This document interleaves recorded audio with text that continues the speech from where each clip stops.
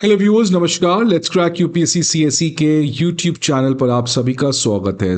आज एक काफ़ी अच्छी खबर आ रही है कि India has now overtaken Taiwan and South Korea to reclaim means earlier we were already there, but somehow we slipped and now we have again gone back to the same old position of being at the fifth spot in the global market cap rankings. Now, first of all, what do you mean by this global market cap? Capitalization means, let's say there's a company A और company ए के 100 shares हैं और आज उस share की value let's say 10 rupees है पर share. So the current market valuation of this company A is 1000 rupees. इसलिए मार्केट वैल्यूएशन जो है वो एक कंपनी की बदलती है और इसलिए पूरे देश की जो ओवरऑल मार्केट कैपिटलाइजेशन है of all the companies that also keeps on varying. पिछले कुछ समय से इंडिया की जो रैंकिंग है that was declining, but now the things have turned and India has reclaimed that fifth spot in terms of the global market capitalization ranking. If you look at the value or the total market capitalization of India, it stands around 5.05 trillion dollar. And Taiwan and South Korea are very close. Taiwan जो है वो sixth पे है, $4.97 trillion, and South Korea is at $4.66 trillion. No yes, global media जो है, India की media is celebrating this occasion that India has done what it shows that India's economy is back on track. India is doing fabulous. India जो है the crisis is completely over. But before I discuss the truth versus hype of this entire debate जो media बताना चाह रही है, but एक बात आप खुद सोचो, the population of Taiwan and South Korea combined is less than half of the population alone in Uttar Pradesh. मतलब उत्तर प्रदेश की हाफ ऑफ द पॉपुलेशन से भी कम ताइवान और साउथ कोरिया दोनों की पॉपुलेशन है। And despite that India is at fifth spot, और जो गैप है इंडिया का ताइवान और साउथ कोरिया के साथ वो ज़्यादा नहीं है। So yes, it's a moment to be enjoyful, but it's also a cautious wake up call that India को कितना कुछ करना है, because this is not what is our aspirations। विकसित भारत 2047 के लिए ठीक है, we have got back to fifth spot, but we need to do far more than what is the current state of Indian economy। तो इन तमाम चीज़ों को आज इस सेशन में यहाँ पे we are going to discuss। But एक चीज़ तो है that this news is a good development, a positive development, because पिछले कुछ समय से एक लगातार नैरेटिव था कि इंडिया की stock market is not performing good, there is no point of investing in India's equity market, सारे फॉरेनर्स छोड़ के भाग रहे हैं इंडिया से, राइट। क्योंकि ये सही बात भी आप देख सकते हैं, एफपीआई आउटफ्लो जो है वो 2026 में, केवल 2026 में भी जो कंप्लीट भी नहीं हुआ है, it was around 2.25 lakh crore का टोटल आउटफ्लो हुआ है। मई जो लास्ट मंथ का डेटा है 33,000 करोड़ का आउटफ्लो हुआ है। इसकी वजह से इंडिया का जो इमर्जिंग मार्केट इंडेक्स है उसमें भी जो वेट है वो पिछले 26 साल में सबसे पहली बार कम आया है, right? For the first time since at least 2000, no Indian company ranks in the top 10 of the MSCI Emerging Market Index। अब ये क्या है, शायद आपको पता होगा, नहीं पता होगा तो आप मंजिल अनअकैडमी यूट्यूब चैनल पर जा सकते हैं, जहां पे इकोनॉमी को डिटेल में I am explaining there. So अगर आपको डिटेल वीडियो चाहिए, if you are interested in decluttering what is happening at a very basic level, अगर आपका कोई बैकग्राउंड नहीं है इकोनॉमी में और आप तब इकोनॉमी को समझना चाहते हैं, तो आप इस चैनल पर जाके इकोनॉमी के रॉ वीडियोज और जो बहुत ही बेसिक से पढ़ाए जा रहे हैं, साथ साथ यूपीएससी प्रीलिम्स के वहाँ पे क्वेश्चंस भी सॉल्व करवाए जाते हैं, उस चैनल पर आप जा सकते हैं। उस चैनल पर मैंने इस एमएससीआई इमर्जिंग मार्केट इंडेक्स में, जिसमें इंडिया को लेकर काफ़ी एक नेगेटिव डेवलपमेंट आई थी, इंडिया का जो वेट है इस इंडेक्स में कम हो गया था और इंडिया की कोई भी कंपनी टॉप 10 में नहीं थी, that was a big setback. इसको मैंने डिटेल में वहां पे एक्सप्लेन किया है।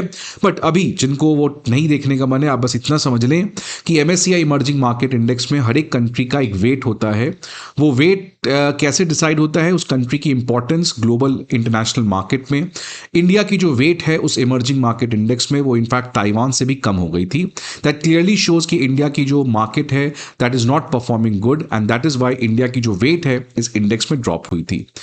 और ये सब चीज़ की वजह से आप देख सकते हैं इंडिया की जो स्टॉक मार्केट है जो 5th स्पॉट पे थी वो 7th स्पॉट पे आके गिर चुकी थी। साउथ कोरिया और ताइवान जो है वो इंडिया को ओवरटेक किए थे and the only reason why they did that because AI related development boom पे था इन दोनों कंट्रीज में।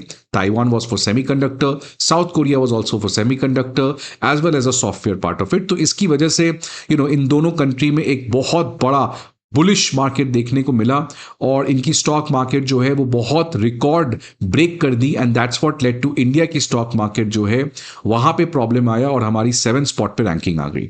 आगे अब इन सभी चीज़ों को क्रिटिकली एनालाइज करेंगे और समझेंगे आखिरकार what does this mean for the Indian economy. But आगे बढ़ने के पहले एक इंपॉर्टेंट इन्फॉर्मेशन, क्योंकि ये ऑफर जो है it's going to over tomorrow and that's why it's very important for me to share with all of you that if you join Unacademy let's say for 2028 then 12 month का अगर आप package लेते हैं तो आपको उसमें 36 मतलब 3 टाइम्स वैलिडिटी मिलेगी and that's why this offer name is also triple treat. And ये ऑफर पहले से था but one thing which the Unacademy IAS is also added over here that UPPSC के जो कंप्लीट कोर्स हैं वो इसी प्राइस में आपको ऑफर किए जाएंगे। That's a much more positive development.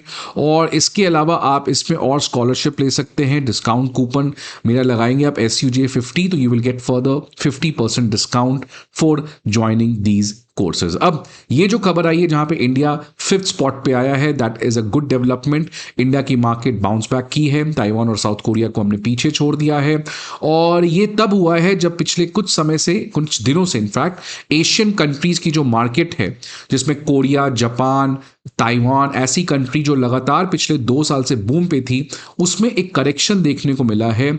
और ये बताता है कि आज एआई को लेकर जो एक ऑप्टिमिज्म है वो कहीं ना कहीं रियलिटी चेक की तरफ बढ़ रहा है बिकॉज 2 साल से एक लगातार नैरेटिव कुछ कंट्रीज, वो चाहे सॉफ्टवेयर कंट्री लाइक ChatGPT हो अमेरिका की या वो चाहे हार्डवेयर बनाने वाली सेमीकंडक्टर चिप्स वाली कंपनी ताइवान या कोरिया की है, ये लोग एक लगातार नैरेटिव बना रहे थे कि AI is going to change everything, अब फ्यूचर पूरा एआई का है और इसीलिए अगर आपको इन्वेस्ट करना है तो the only place you have to invest is in AI. और इसकी वजह से सारे डेवलपिंग कंट्री से पैसा निकल के इन कुछ सेलेक्टिव कंट्रीज में जा रहा था और investors were going crazy with this artificial intelligence. But now in 2026 we are facing this hard question that ठीक है AI can do a lot of things, that's not a question to debate on, but the simple problem is that whether this massive amount of investment which is happening in AI क्या उससे return बन पाएगा। Now that's a serious question which investors are asking और इसकी वजह से कहीं ना कहीं अब एक जो AI को लेकर इन्वेस्टर्स के मन में ऑप्टिमिज्म था वो अब धीरे धीरे फेज डाउन हो रहा है। और इसमें कोई नई बात नहीं है, याद करिए 1990s का वो .com बबल, याद करिए tulip mania bubble. So all these bubbles we have seen history में हुआ है और इसलिए एआई बबल कहीं ना कहीं इट हैज उस बबल में कहीं ना कहीं इतना ज्यादा हवा आ चुका है that now this whole balloon of AI is becoming destabilize and don't be surprise that if there's a strong AI bubble bursting phenomena in the coming time। आप देख सकते हैं अब एशियन मार्केट्स जिसमें लगातार कुछ समय से इंक्रीमेंट देखने को मिल रहा था, now it has witness some problem. आप देख सकते हैं इस लास्ट फ्राइडे को क्या हुआ, there was a huge crash in the Asian stock market, 6% से गिर गया। South Korea the entire epicenter of this AI Samsung SK Hynix 5.8% lower on Friday। In fact Thursday को तो 10% लोअर चली गई थी जिसकी वजह से साउथ कोरिया की ट्रेडिंग को रोकना पड़ा था। Japan Nikkei 225 index 4.2, Taiwan TAIEX index 3.6, Nasdaq composite index कहीं ना कहीं रिलेटिवली स्टेबल था। तो ज्यादातर एशियन मार्केट्स में बहुत बड़ा टर्बुलेंस देखने को मिला था और this is a very good thing. In fact बहुत लोग कहते हैं कि इंडिया जो है वो एंटी एआई कंट्री है because if AI bubble burst the one country which is going to benefit the maximum that is India. So हमारे लिए तो ये अच्छी है, इन कंट्रीज में प्रॉब्लम आ रहा है, आना भी चाहिए और समय में। और अब देख सकते हैं कि इंडिया का जो एक तरीके से पूरा नैरेटिव है वो धीरे धीरे कहीं ना कहीं चेंज हो रहा है। इंडिया की जो इकोनॉमिक ट्रबल है वो सब्सिडाइज कर रही है। Crude prices of moderated, foreign investments are trickling in, markets have stabilized और रूपी में जो एक ड्रास्टिक डिक्लाइन आ रहा था वो भी कहीं ना कहीं स्टेबलाइज किया गया। That's the reason why the Sensex has bounced back by 2.79%, Nifty 50 has also bounced by 1.95%. So that clearly shows that economy's resilience is now delivering. और अब जैसा आपने देखा कि अभी कुछ कंपनीज हैं जिनके आईपीओ होने वाले हैं, उसकी वजह से इंडिया की स्टॉक मार्केट में एक नया एनर्जी देखने को मिलेगा, क्योंकि उस मेगा आईपीओ होने वाले हैं। एनएसई और जियो जो दोनों इंडिया के अभी तक के हिस्ट्री में सबसे बड़े आईपीओ होने वाले हैं। अब दोनों में कौन बड़ा होगा ये तो समय बताएगा, बट अगर आप देखेंगे जो टोटल नंबर ऑफ आईपीओ अभी होने जा रहे हैं इस साल, that is around 3.5 to 4 lakh crore. तो ये जो एक स्टॉक मार्केट में थोड़ा सा प्रॉब्लम आ रहा था, इस आईपीओ की वजह से और उन प्रॉब्लम्स को खत्म किया जाएगा, because obviously a massive amount of fund mobilize होने वाला है इन आईपीओ के थ्रू। अभी रिसेंट देखेंगे तो Reliance Jio, NSE, SBI mutual fund, Zepto, PhonePe और फ्लिपकार्ट, इनका अगर मैं टोटल आईपीओ देखूं तो 1 लाख करोड़ का होने वाला है 6 इश्यूज से। सो ऑब्वियसली स्टॉक मार्केट पे इसका एक काफी पॉजिटिव सेंटिमेंट बनेगा। फिर आप देख सकते हैं जो बॉन्ड मार्केट है उसमें भी एक मैसिव इनफ्लो देखने को मिला, 35,335 करोड़। और ये देख सकते हैं जून 25 की खबर है, और इसका रीजन है कि आरबीआई ने जो रिसेंटली बॉन्ड मार्केट से जो फॉरेन का इन्वेस्टमेंट है उसमें long term capital gain tax, short term capital gain tax ये सब हटा दिया।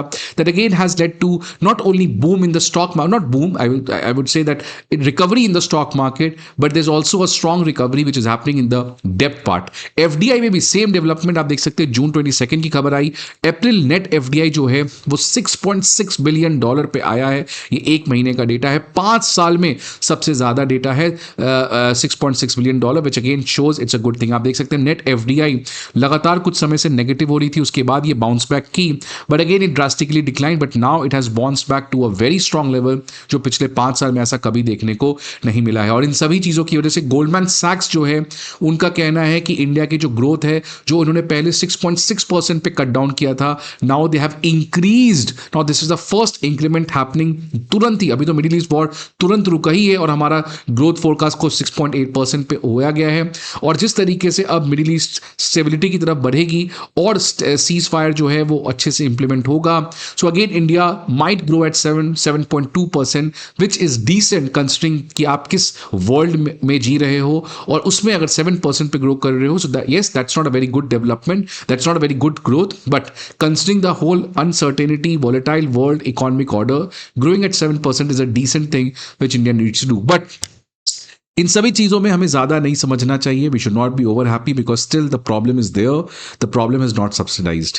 ठीक है, क्राइसिस शायद कहीं ना कहीं थोड़ी सी सब्सिडाइज हुई है, but should we be going in the comfort zone, should we be think कि अब तो खतरा खत्म हो गया, सब चीज़ ठीक है? नो, बिकॉज अब देख सकते हैं ये जो सीज फायर है बहुत ही फ्रेजाइल सीज फायर है। वहाँ पे इजरायली डिफेंस फोर्स हिजबुल्लाह के ऊपर अटैक कर रहे हैं, यूएस ईरान के बीच में वापस से वॉर स्टार्ट हो चुका था, अब शायद उन दोनों के बीच में बातचीत शुरू हो चुकी है।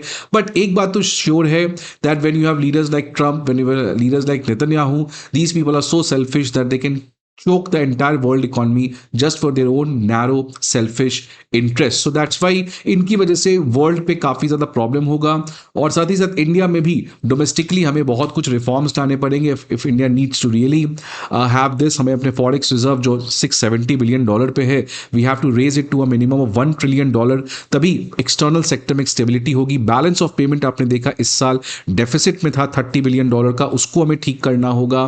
फिर एग्रीकल्चर में एल नीनो और सुपर एल नीनो की बात चल रही है, उससे इंडिया की इकोनॉमी के ऊपर काफ़ी बड़ा इंपैक्ट पहुंच सकता है। और एक और मैं शॉकिंग डेटा पढ़ रहा था कि इंडिया के पास सब कुछ है, but why India is failing is because of the politics. आप देख सकते हैं इस साल 2025-2026 में, सॉरी लास्ट ईयर, इंडिया के स्टेट्स ने लगभग 1.65 लाख करोड़ फ्रीबीज में खर्च किया है इलेक्शन के पहले, और इंडिया का उस साल जो टोटल R&D बजट था वो भी 1.65 लाख करोड़ था, somewhere similar to that, which means कि आप प्रायोरिटी देखो, R&D पे जितना खर्च है उतना ये लोग फ्रीबीज पे खर्च कर रहे हैं। सो इन बेसिक स्ट्रक्चरल रिफॉर्म्स को ब्यूरोक्रेसी में, क्रिमिनल जस्टिस में, जुडिशरी में, जब तक स्ट्रक्चरल रिफॉर्म्स नहीं आएगा, ठीक है हम क्राइसिस से बच के निकल सकते हैं, but we can not really do something innovative, we can not break that complete box. For that India needs to do that. और गवर्नमेंट में कहीं ना कहीं लेथार्जनेस देखने को मिल रहा है। वो गवर्नमेंट जिसने एक जमाने में जीएसटी लाया था, वो गवर्नमेंट जिसने डीमोनेटाइजेशन लिया था, अब वो सही है गलत है उसके ऊपर आप डिबेट कर सकते हैं, but that at the end it was a bold decision. जो 3 कृषि कानून लाए गए थे, अब वो गवर्नमेंट में बोल्ड रिफॉर्म्स का एपेटाइट नहीं देखने को मिल रहा है, और गवर्नमेंट कहीं ना कहीं क्राइसिस मोड में चीजों को ज्यादा मैनेज करते हुए दिख रही है।